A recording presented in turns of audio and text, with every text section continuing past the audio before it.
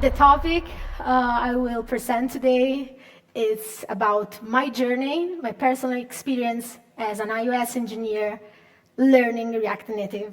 So today I will be the imposter, but actually I am an iOS engineer, so it's just talking about my personal experience. But first of all, let's talk a little bit about me. I work at Music Match, which is the hugest lyrics catalog in the world.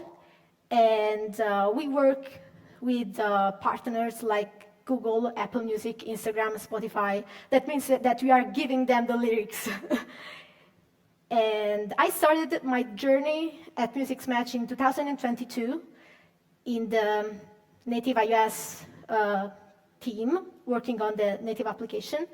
And then in 2023, at the beginning of 2023, I started learning React Native to create cross-platform products. So first of all, I want to compare and highlight the differences and similarities of iOS native development and React Native. And I want to talk with you about the fundamentals, the performance, the bug and test, the community differences, the maintenance, and at the end, we will do a little game together. So I hope that you will enjoy it. And yeah, this was me some years ago when they were trying to convince me to learn React Native. And yeah, I was skeptical because I was so concentrated in learning iOS native. And so Swift, then Objective-C, and Swift UI then. But first of all, what is React Native? React Native is an open source framework written in JavaScript. Well, React Native, that is JavaScript. And it's cross-platform. It means that with a single code base, you can create an application for both iOS and Android, and also web, but I will focus on iOS and Android. iOS, basically. And it's provided by Meta. So it means that Facebook and Instagram are in React Native. What makes React Native special is that it directly invokes native UI components. So it makes it different from other cross-platform languages, like Flutter, for example, that has its own custom widget, set of widgets. And there's our Music Match application that is native, but has also some screens in React Native. Okay, I want to make a comparison about the language. Especially, I want to compare React Native to Swift UI. And probably there will be a little fight between them. Or maybe not, let's see. Because, first of all, there's something that makes Swift UI and React Native really similar, is the fact that they are both declarative and reactive programming languages. What does it mean?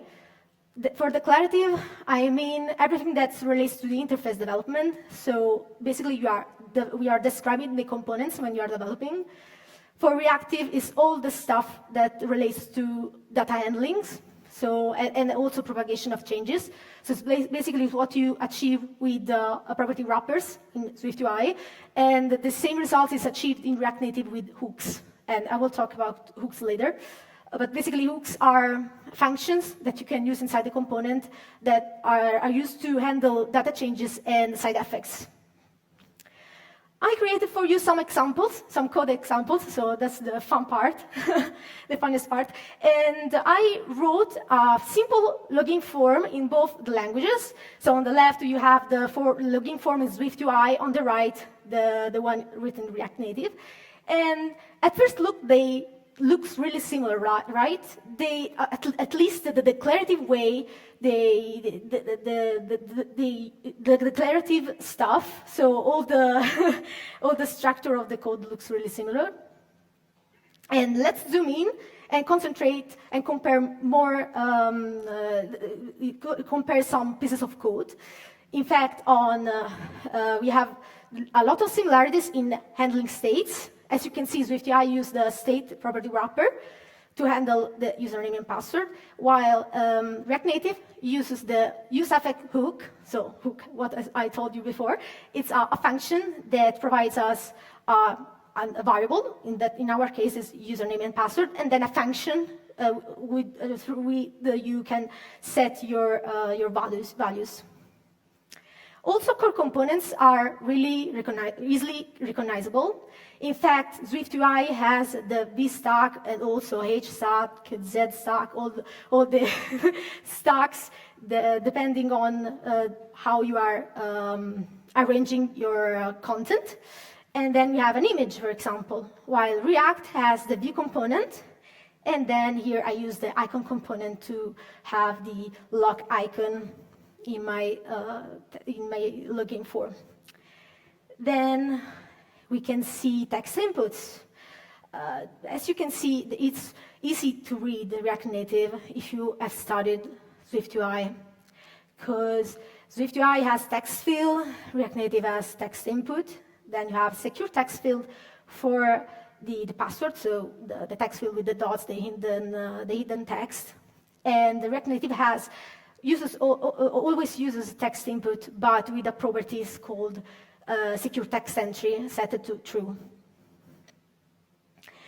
Buttons are also more or less the same.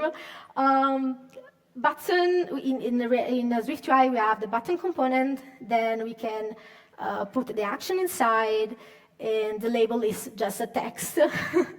And while React Native has the pressable object with text inside also, it's called the same, and a function that in that case I put outside, but you can also put inside the pressable component, as I did for SwiftUI. It's just a matter of, I think, clearness, because SwiftUI is clearer than React Native.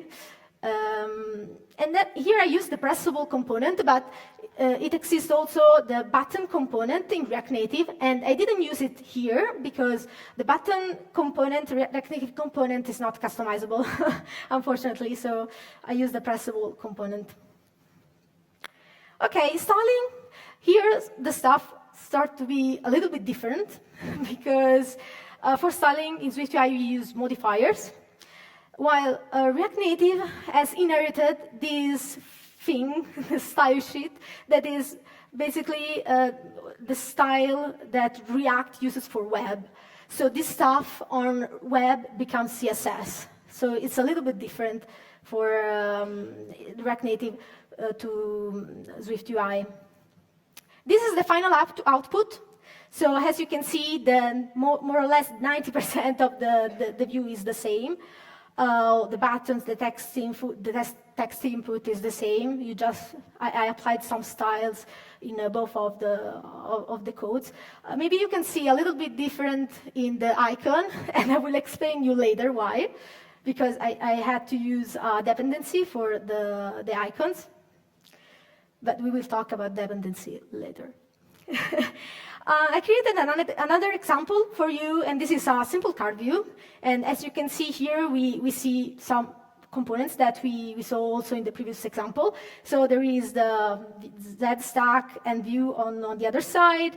Then we have the image, and the image again, text, and then some styling.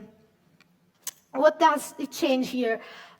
Basically, the properties of the views, it's something that are managed a little bit different, because there's a concept in React Native called props that is new, and it's not used inside SwiftUI. Props is basically everything. For example, also style is a prop. Every core component has a style prop, and you just assign your style inside this prop. But also components has props. In fact, here I created these type props with inside the model. I have that is basically what you can do for SwiftUI with just a struct. Here I'm not using JavaScript actually. I'm using TypeScript. That is a super set of JavaScript that makes basically JavaScript typed. That's what JavaScript is missing, is that it's not typed. Yeah, this is the final result, the Colosseum. I'm from Rome, so I decided to put something from my homeland. And yeah, basically here the output is the same. And yeah, I wanted also to introduce the differences and similarities in view lifecycle. Well, of course, there are more differences than similarities, because in Swift UI we have all the things that we have inherited from UIKit. So all the things that, all the functions, view did appear, view will appear, etc. They become on appear and on disappear in Swift UI. While React Native uses the hooks again, and in this case it uses the useEffect hook. This piece of code, the useEffect, is called once every time the component is initialized. And then you can also, well, of course, useEffect is not used also only for this purpose, but if you put some dependencies inside the useEffect, it will run every time the dependencies are changing. Yeah, so.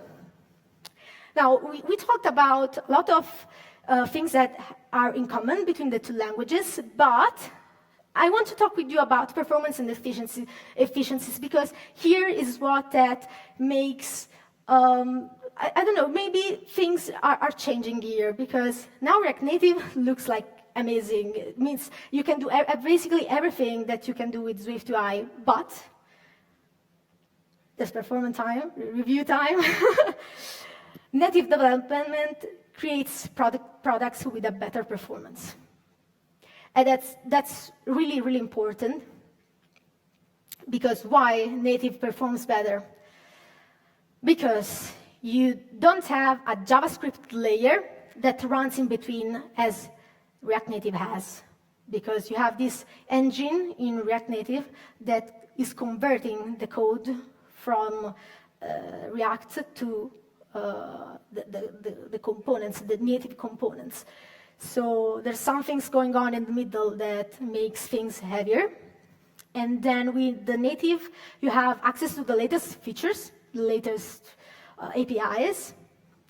And you have optimized debugging and tests. We will talk about the debugging and tests later as well.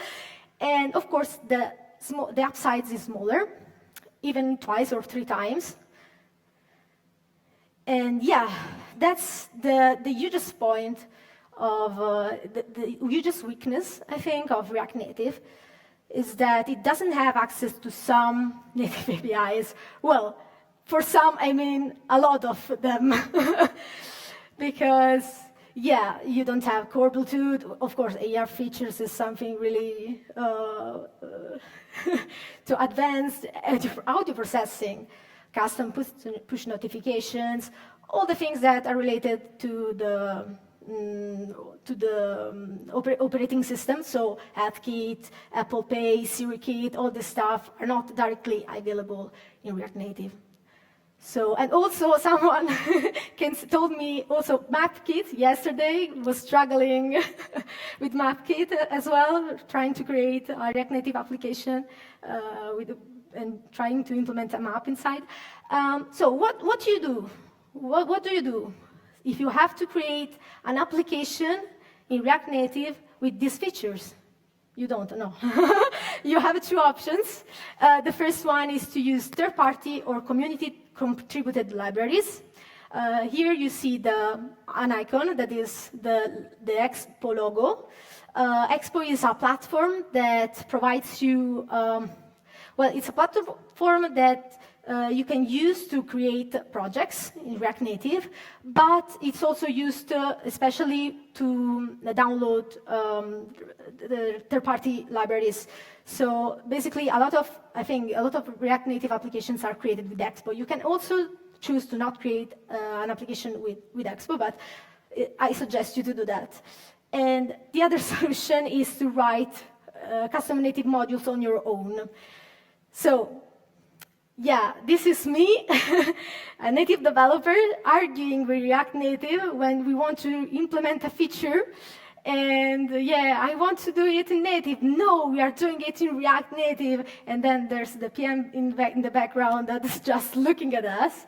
But the solution is not arguing, it's collaborating, it's to make peace, because we are both useful for the project. And yeah.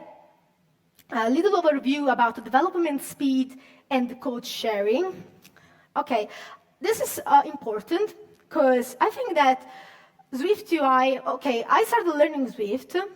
So I started creating applications with Swift. Then I was hired in a company, and I had to learn Objective-C because of maintenance. So I had to maintain a lot of old applications that were written in Objective-C.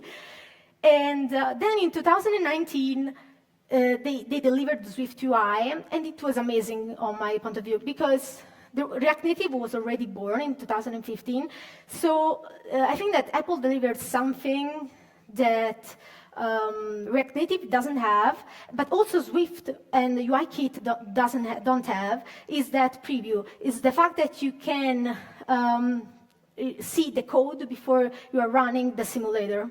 And it's something that React Native was on step forward to UIKit and Swift, because with Swift, you had to compile every time to see what's going on. While React Native, you can compile, but then if you want to change something, you don't have to reload the simulator again. You just make your change, and it's reloading automatically. That was huge for that time.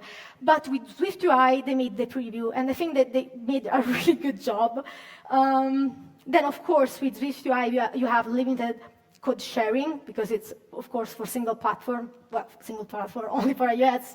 And, but React Native has a rapid development, of course, because with a single code base, as I told you before, you can create an application for both the platforms. And, of course, it has a high code reusability. OK, let's touch this point. This is the most boring part, I know, so I will try to be fast on this so we can go to the game at the end. So testing and debugging are something that we have to deal with every day, because how many times you feel like this? Like, why? You see your code or the code of your colleague and you say, why? And then you finally realize why the code is not working. Because debugging is really different in the two platforms. And I think that Swift and, well, Xcode in general, even if I hate Xcode, probably everybody of us has a difficult relationship with Xcode. It's useful for debugging and testing. It provides you tools that other platforms don't give you. So that's my personal perspective. And for example, the LLDB debugger, the one that you have integrated inside Xcode, and the breakpoints help you a lot while you are running your application on the simulator or, of course, on your physical device. And because you can just block the code when it's running at the line you want to block it, and then you can just scan line by line what's going on. You can see all the stacks, the stack of the functions, and also you can see the view hierarchy and see the debug navigator. So they are useful tools. And of course, you have live previews, as I told you before, with Swift UI.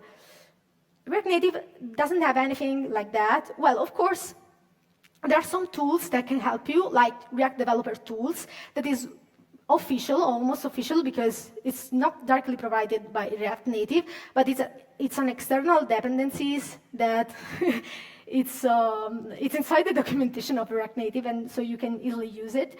And it basically does what the debug view hierarchy does. So you just run the simulator, and you can see the hierarchy of your views. So the view, the label, the buttons, etc.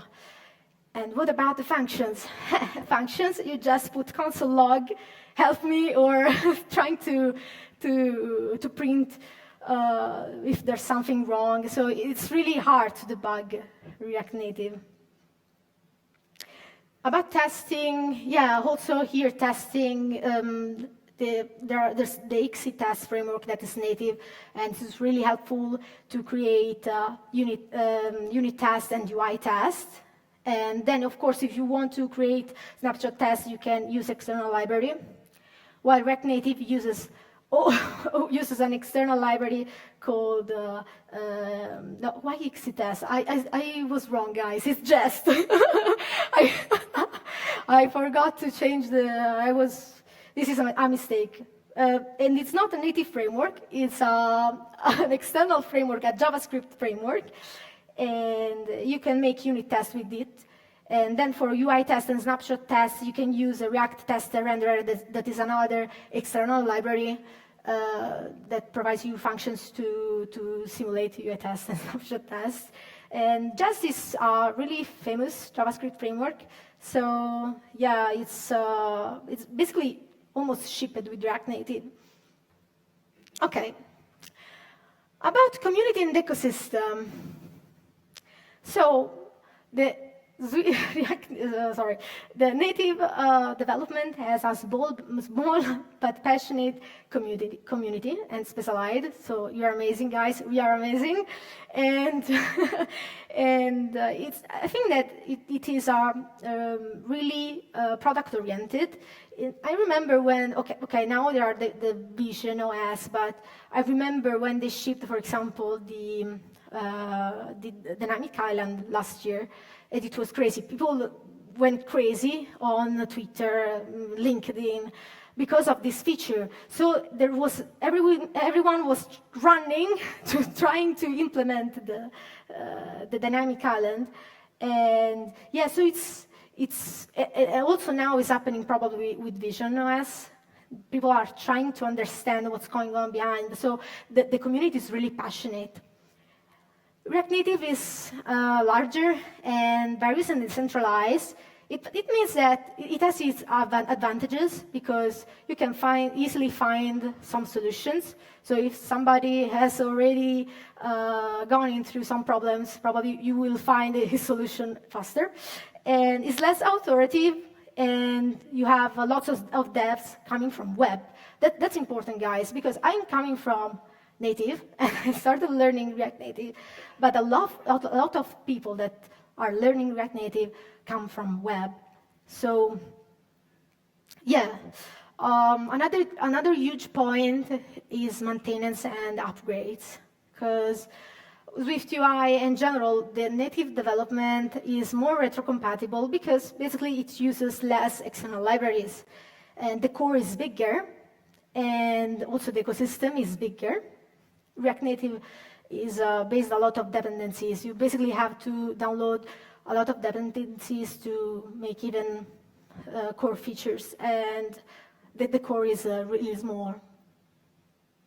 Okay, it's time for the game, so I need your attention because I'll show you some example of application written in React Native and native, and I want you to guess which one is basically native or React. So, okay, let's start with a difficult example, Pinterest. So, who thinks that Pinterest is native? Raise your hand. How many people? Okay, enough. Who thinks that Pinterest is React Native? Raise your hand. Okay, a lot of them, you're right. Okay, Pinterest is React Native. Discord. Who thinks that Discord is native? Really few, no? Okay. Who thinks that it's React Native? Oh, guys, but you're prepared. It's not fair. I have to change my job then. Okay. Yes, Discord is React Native because Discord is born as web, basically, as web and software. And I think it was written in React also, so it was easier to switch to React Native, to migrate the code base to React Native for the native development. Twitch, who thinks that Twitch is native? Okay. Who thinks that is React Native? Okay, maybe half, 50%. Okay, Twitch is native because I read an article about a developer that was trying to implement React Native inside the application, but he didn't succeed. Maybe, I don't know if there are some screens in React Native inside this application, but basically it's native. It's a streaming application. So, yeah. And then Airbnb. Who thinks that is native? Guys, Who thinks that it's React Native? Okay, a couple of you. Okay, this is fun because, yeah, it's native, but they started building the applications in React Native. And they dropped it in 2018 when I think that React Native was still awful. But they still have the website in React. And yeah, I think they dropped it. Then I will make my consideration. So let's skip to the last. No, it's not the last, sorry. There are other two examples. This is Uber. I wanted to bring to you also Uber Eats, but in Italy it stopped working. So this is Uber. And who thinks that Uber is native? Okay. React Native? Okay. Yeah, Uber is native, of course. And Uber Eats was, I think, originally written in React Native, then they switched to native. But I can't bring to you the example because it's not working for me. Maybe you can check for me. And Coinbase, who thinks that is native? Coinbase is the main application for managing your cryptos. And who thinks that is React Native? Okay, yeah, Coinbase is React Native, of course. So, okay, what I think about the React Native world, iOS Native world. Okay, personally, as I told you before, learning React Native gave me the opportunity to better understanding to give my contribution as a native developer, because as I told you before, there are a lot of web developers in the React Native development. And so I think that it's really important, my contribution as an iOS native developer, because I can bring my experience. You know, the web development is really different from the native development. Even if you are just building a website for your mobile phone, so with your mobile view, the experience is different. The way the user is approaching the application is completely different. So, and then, of course, I can experience also working in a larger team. And then, yeah, I think that my last consideration is that we are going to, I mean, we have the native application with some React Native screens inside of it, and a lot of big companies are going in this way. It means that, yeah, of course, you have your native application, but then maybe you want to have these React components to be shared between the different platforms and also for the web.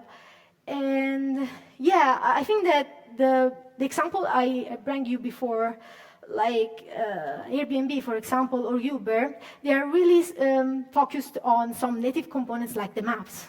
So that's a reason why they dropped React Native instead, keeping using it. So my personal consideration is to use native when you need to use it. And yeah, maybe you can use both of them to create your application, your experience. And yeah, that's all. Sorry, I have, okay. So questions, if you want.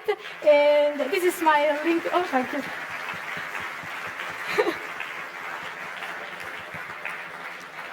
This is my LinkedIn account if you want to connect with me and just share the knowledge. I don't know. So I don't know if there are any questions. This is the most scary part, guys. Hi, you had an example where in Swift UI it was a V stack with 3 views inside. Sí. Yes, sorry. And we often break that out into a different file for each of the subviews. Do you do that in React Native as well? Do you break big files into smaller components? Yeah, we do the same thing in React Native. So there are not so much differences in that. Well, of course, in my case, in my example, I try to put everything in a single file just for showcases. But yeah, you can. It's better. It's suggested to create components, but it's a matter of architecture, project architecture, more than something related to the language, in my opinion. You're welcome. Hi, hello, over here. I see some raised hand. Oh, so sorry, guys. Oh, No, I thought it was because I was seeing some raised hands on that side. Yeah. You're good. You're good. It was a great talk. I had one small question because I'm not too familiar with React Native, but on accessibility.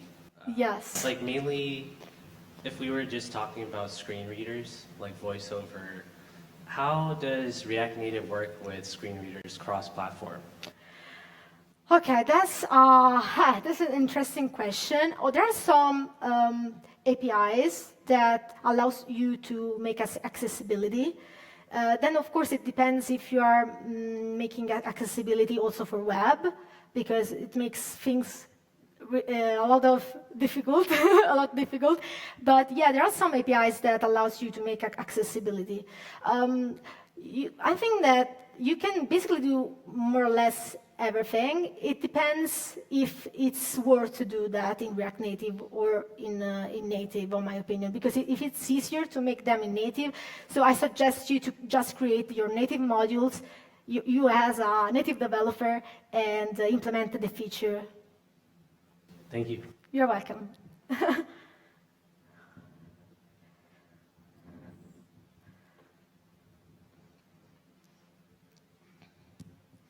Yeah, thanks for the talk. It was really great to see the world from this side as well.